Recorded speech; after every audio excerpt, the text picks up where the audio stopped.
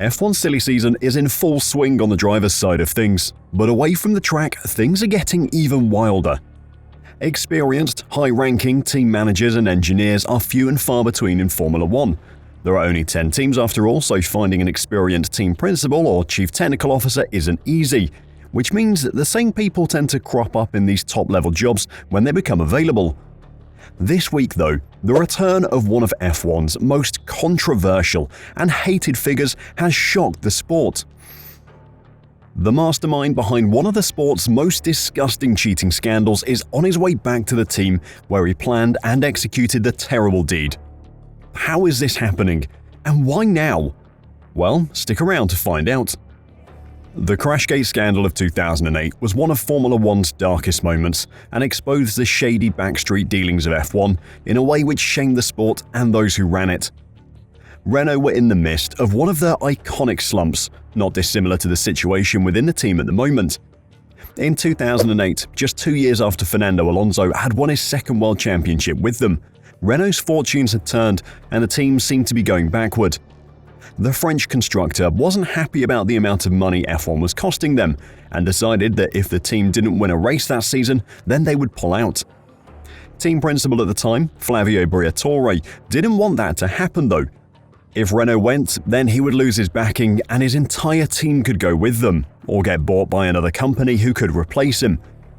With 4 rounds left in the season and just 1 podium secured, it looked likely that the Renault team would end winless, and that could have been the end of them. So, in Singapore, they devised a plan to ensure they won. To cut a long story short, Nelson Piquet Jr. purposefully crashed his car in such a way that teammate Fernando Alonso gained a huge advantage due to his pit stop strategy, enough of an advantage to win. Alonso had started the Grand Prix in 15th, so needed the miracle that Piquet's crash provided to be anywhere near winning the race. Piquet wasn't punished during the race or after. The crash was put down to driver error, Renault got their win, and Briatore would have thought he'd gotten away with it. The problem was Piquet. He was not a match for Alonso in 2008, and everyone thought he would be dropped at the end of the season. However, in exchange for crashing his car on purpose in Singapore, Flavio had promised him another year at the team. By the 10th race of the 2009 season, Piquet Jr. had failed to score any points, whereas Alonso had managed 13. On the 3rd of August 2009, Piquet Jr. confirmed that he'd been dropped by Renault. The departure was acrimonious, with Piquet criticising both the team and Briatore. Firing Piquet mid-season was Briatore's mistake. Piquet would go on to tell the FIA about what had happened in Singapore, and after legal proceedings, Briatore was banned for life from F1. That lifetime ban was overturned in 2013, with the Italian a regular visitor since then and has actually been working for Formula 1 management as an ambassador of sorts. Crashgate was a huge embarrassment for Formula 1 and the Renault organisation as a whole, so to hear that Briatore may be returning to the F1 team that he disgraced is a massive shock. The 74-year-old has been approached by Renault CEO Luca De Meo to become a special advisor to help the squad turn around its fortunes. Reportedly, his role would entail helping the team's recruitment drive to bolster its Enstone headquarters and its engine part at Viry-Châtillon, rather than a more hands-on role.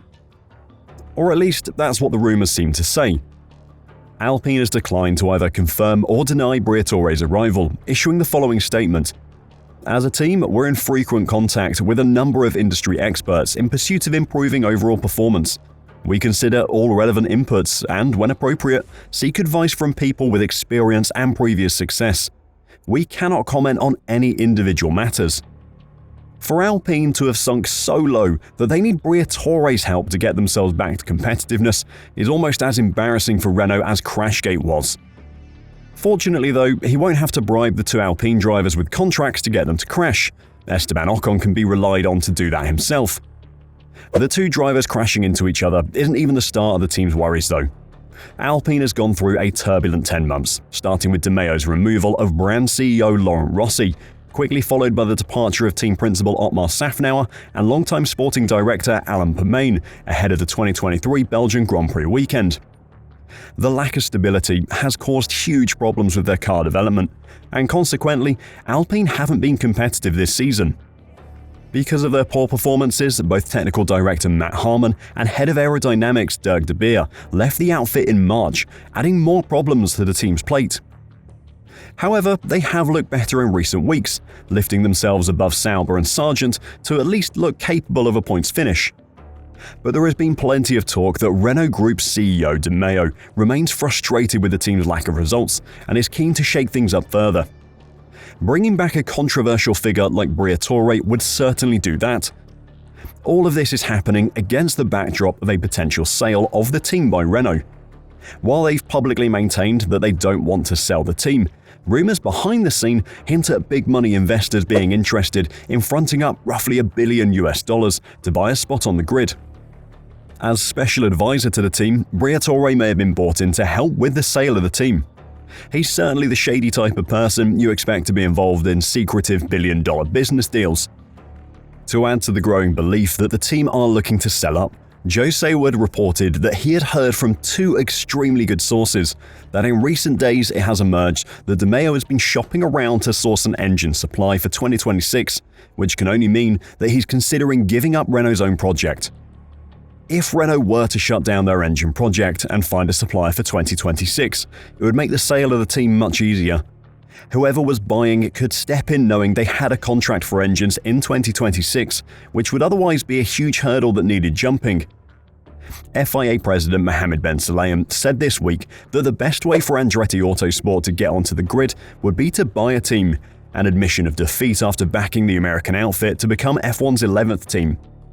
Ben Sulayem even went as far as offering advice about who could be for sale. Without mentioning names, there are teams which are struggling with performance, struggling even with management, he said. That description obviously fits the current Alpine team to a T. The Andretti team has the backing of General Motors, whose Cadillac brand will be building F1 engines from 2028 onwards, assuming Andretti is on the grid to buy them. General Motors has the money to be able to buy out the Alpine team and take their spot.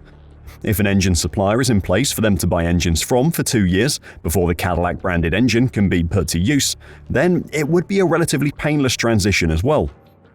The problem for Andretti is their entry plan into F1. Millions have already been spent on staff and facilities in the UK and the US, but if they buy out the Alpine team, then they'll presumably end up with all of their facilities and staff as well. Though that'll no doubt be something that can be worked out between the two parties. Of course, any talk of a sale is secondary to the fact that Briatore returning to an F1 team is a huge problem. Formula One is obviously known as being a billionaire boys' club.